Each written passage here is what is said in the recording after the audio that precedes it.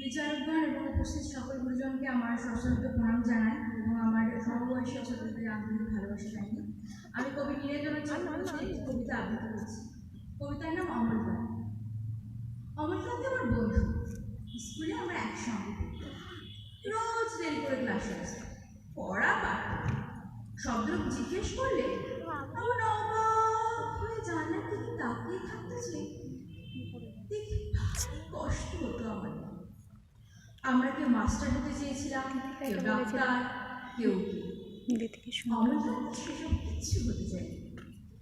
সে রোদ্দুর হতে চেয়েছি, শান্ত বর্ষণ, কাক ডাকা বিকেলে সেই রাজুক জামাল জামুনের পাতায় জানি অল্পটা হাসি মতো লেগে থাকে। আমরা কেউ মাস্টার হয়েছি, কেউ ডাক্তার, কেউ অমলকান্তি রোদ্দুর হতে পারে। সে এখন অন্ধকার একটি ছাপাখানায় কাজ করে। মাঝে মধ্যে আমার সঙ্গে দেখা করতে আসে, চা খায়, এটা ওটা গল্প করে, তারপর বলে উঠি তাহলে। আমি ওকে দরজা পর্যন্ত এগিয়ে দিয়ে আসি।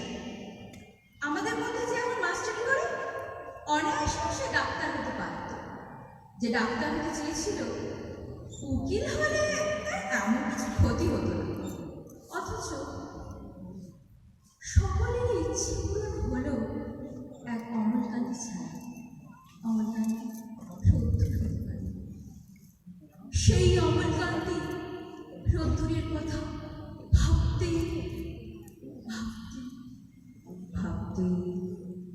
ভাবতে ভাবতে যে একদিন রোদ্দুর হতে চেয়েছি।